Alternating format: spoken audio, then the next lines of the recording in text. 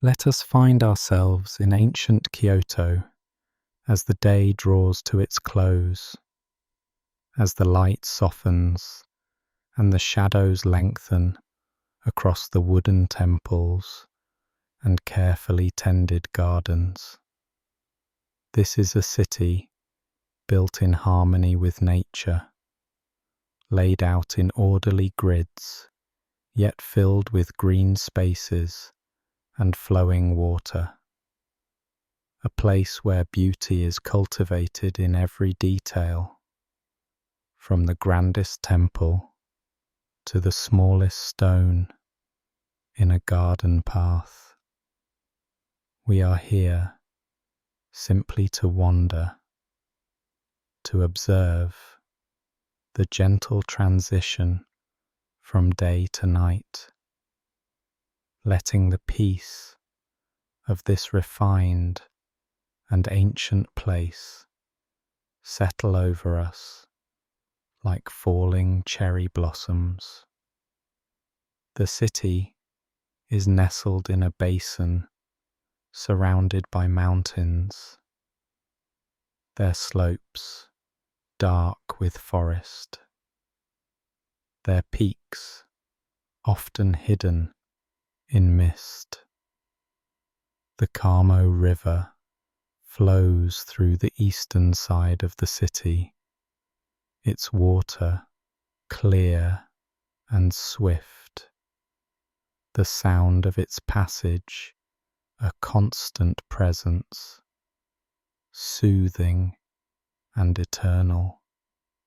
The streets are laid out in a grid pattern borrowed from Chinese city planning, running north to south, east to west, creating order and harmony in the urban landscape.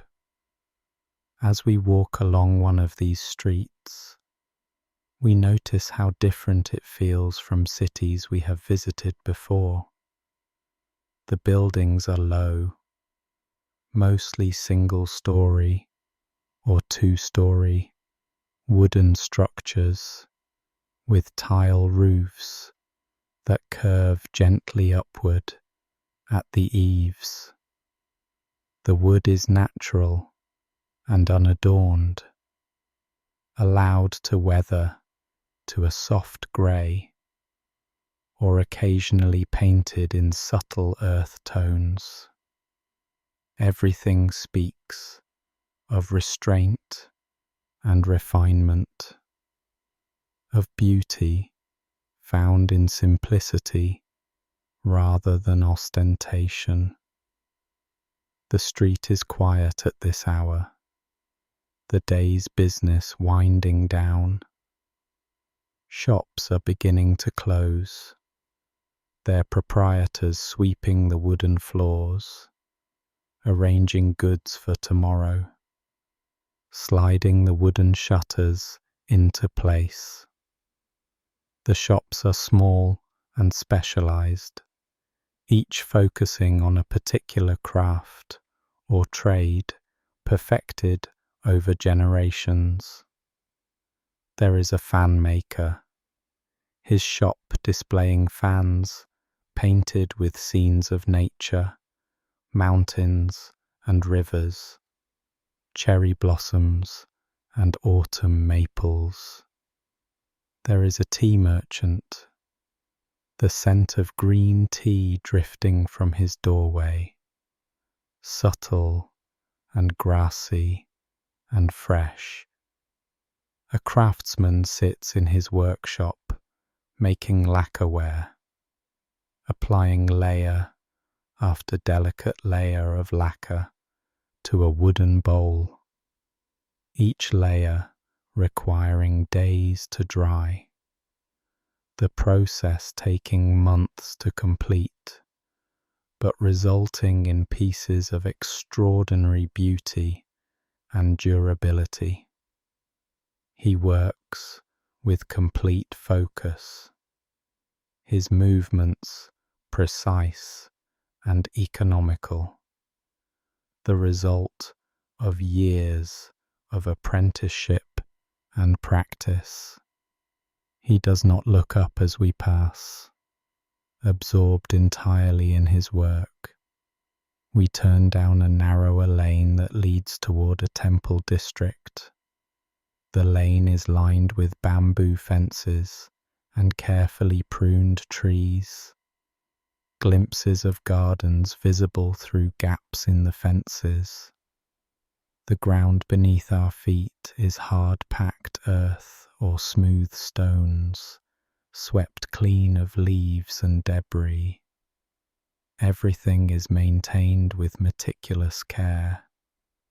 Nothing left to chance or neglect. The sound of a temple bell rings out, deep and resonant, the tone pure and sustained, fading slowly into silence. The bell marks the hour, calling monks to evening prayers, reminding the city of the passage of time. The sound carries across the rooftops and gardens, over the river and into the mountains. A bronze voice speaking of impermanence and the present moment. We enter the grounds of a Buddhist temple, passing through a massive wooden gate whose beams are darkened with age and weather. The temple compound is spacious and serene. Gravel paths raked in perfect parallel lines. Moss growing in deliberate patterns. Every element placed with intention. The main hall rises before us, its roof supported by massive wooden pillars, its interior dim and cool, smelling of incense and old wood. Inside the hall, monks are gathering for evening prayers. They wear simple robes of grey or brown, their heads shaved, their movements deliberate and graceful. They settle onto cushions arranged in rows, their posture perfect, their hands folded in their laps or pressed together in prayer. The air is thick with incense, sandalwood and aloes wood, the smoke rising in thin streams toward the dark rafters.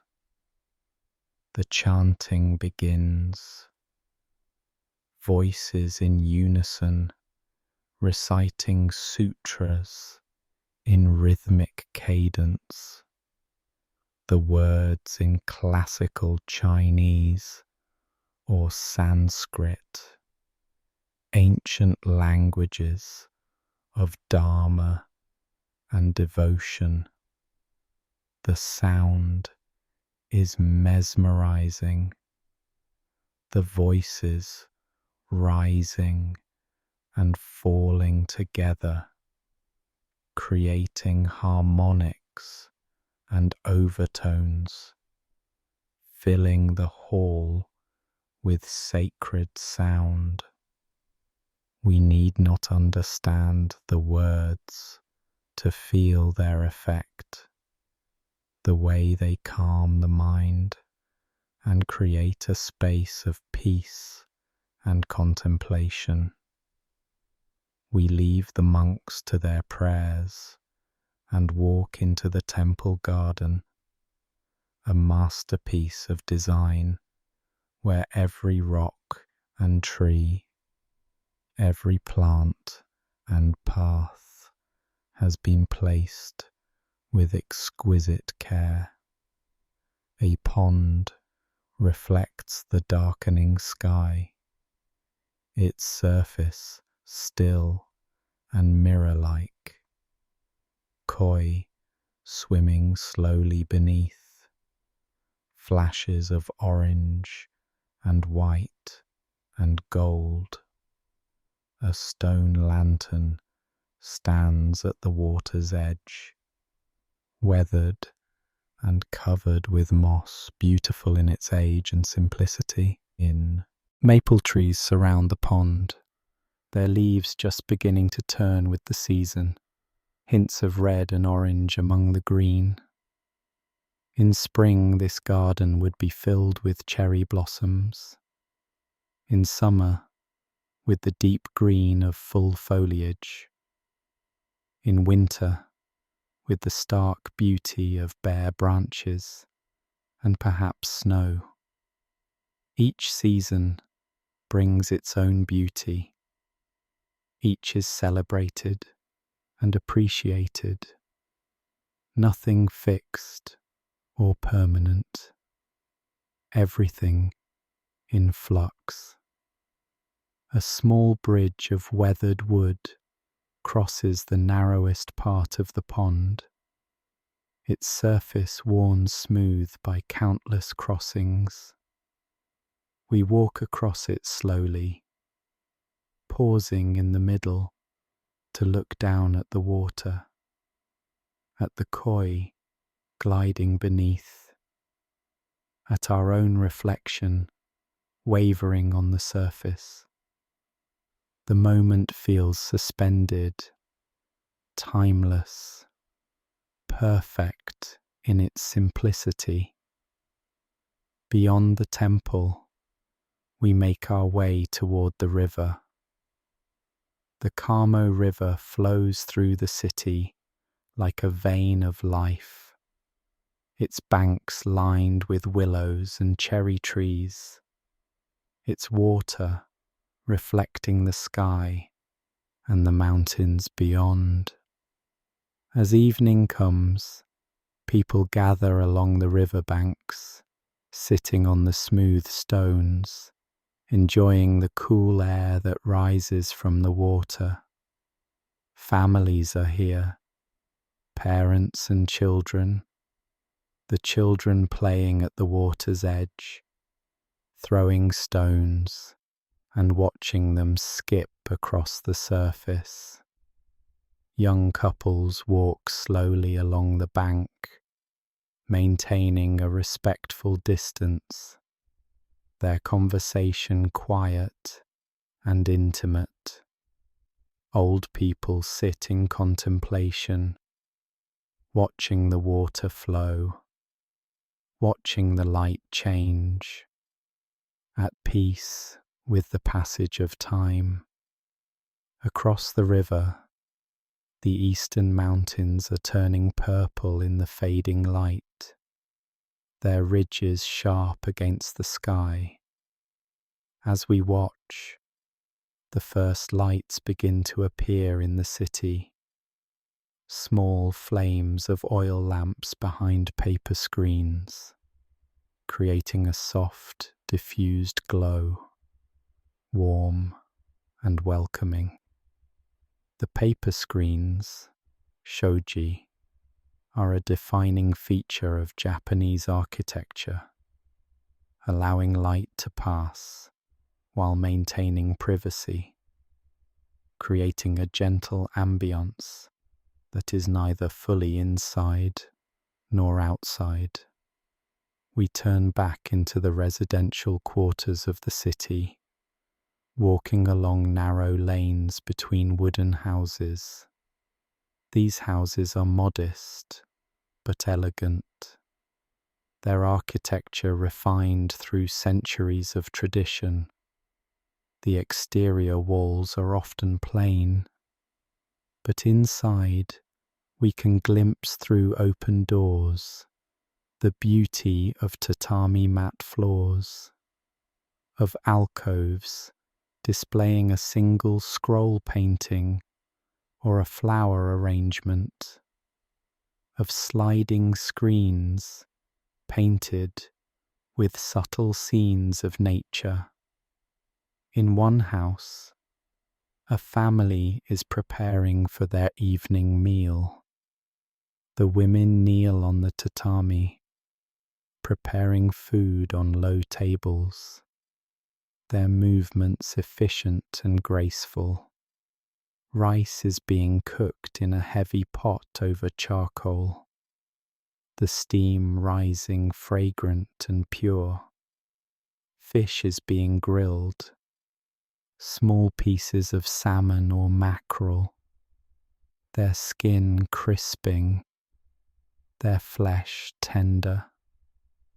There are pickles and miso soup, perhaps some vegetables prepared simply to preserve their natural flavor. The meal will be served on individual trays, each person receiving their own small dishes arranged with attention to color and composition.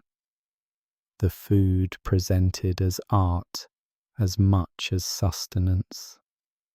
The family will eat together, sitting formally on the tatami, expressing gratitude before the meal, eating slowly and mindfully, appreciating the flavors and textures, the seasons reflected in what they eat.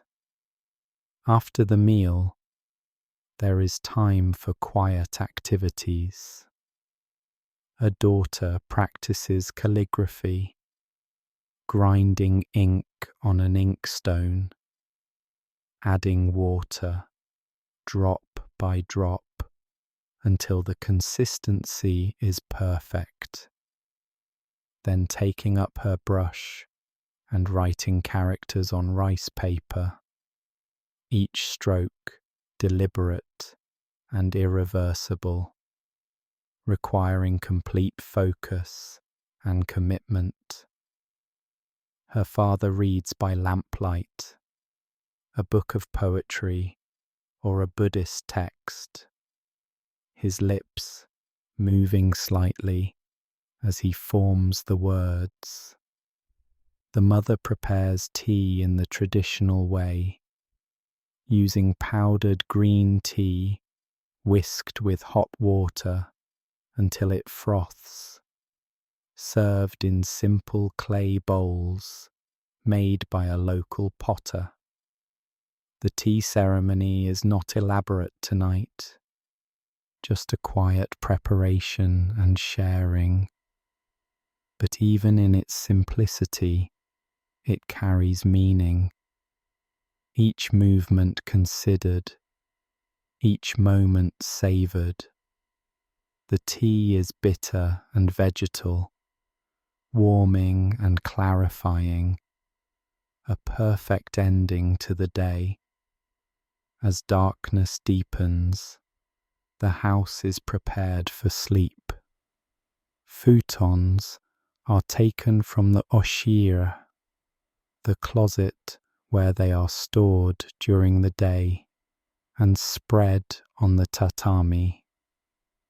The futons are thick and comfortable, covered with cotton quilts, pillows filled with buckwheat hulls that conform to the shape of the head. The rooms that served as living spaces during the day are transformed into bedrooms. The flexibility of the space, one of the great advantages of traditional Japanese architecture. Children are bathed in a wooden tub, soaking in hot water that soothes and relaxes, washing away the day's dirt and fatigue. They are dressed in light cotton yukata, comfortable sleeping robes, their damp hair combed smooth. They settle onto their futons, their parents beside them, the family sleeping together in the same room, close and secure. Outside, the city is growing quiet. The shops are all closed now, their shutters fastened, their interiors dark. The streets are nearly empty, only the occasional person passing by, perhaps returning late from some engagement, their footsteps soft on the packed earth, their lanterns swinging gently, casting moving shadows. From a distant temple comes the sound of a wooden bell being struck, a different tone from the bronze bell earlier, more percussive, marking the late evening hour. The sound is answered by the rhythmic clacking of the night watchman making his rounds, striking wooden blocks together to announce his presence, to reassure the sleeping city that someone remains awake and vigilant. In the pleasure quarters, the day's entertainments are still continuing. Geisha performing for guests, music and laughter drifting from tea houses. But this is a separate world, and its sounds barely reach the quiet residential areas where families are settling into sleep. Even there, the atmosphere is refined and controlled. Beauty and art prized above excess or chaos. The night air is cool and fresh, carrying the scent of incense from temple altars, of wood smoke from cooking fires now dying, of the river and the mountains, of earth and growing things. The sky above is clear, stars beginning to emerge, though the moon has not yet risen.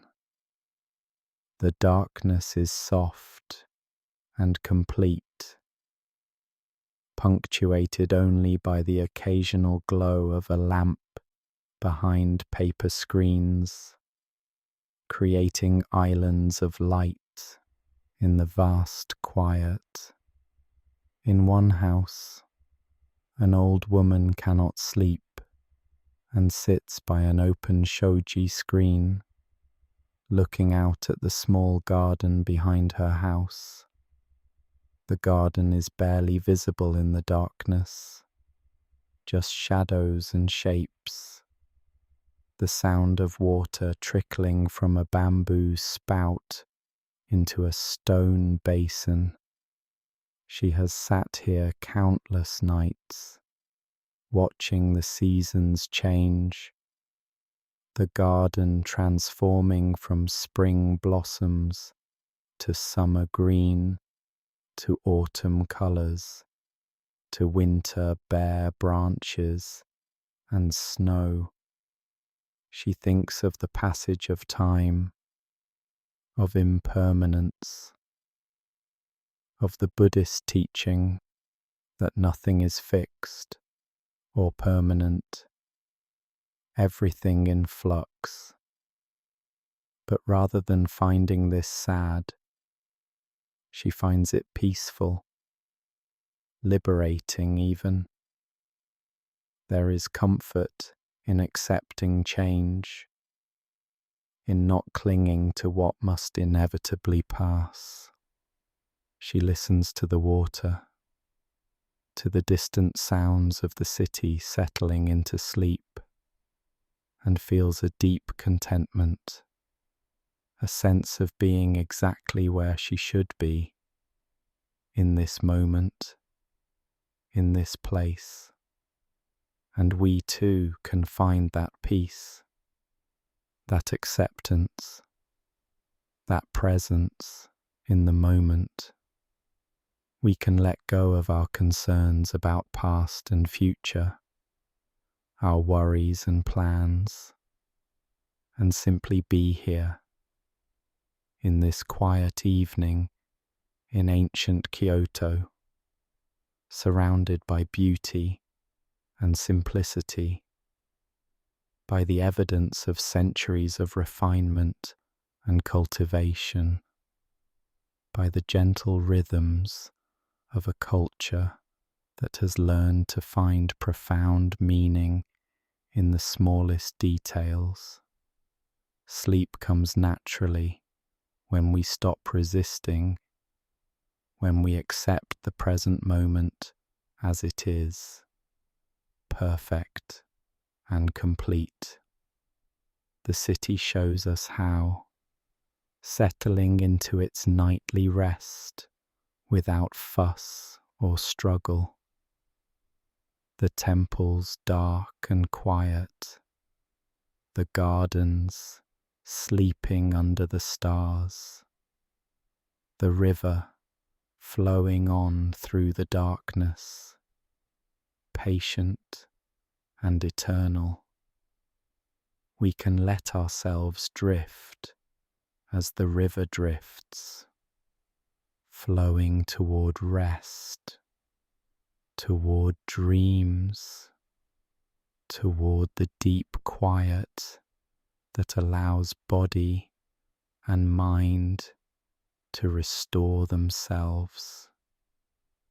There is nothing we need to do, nowhere we need to be.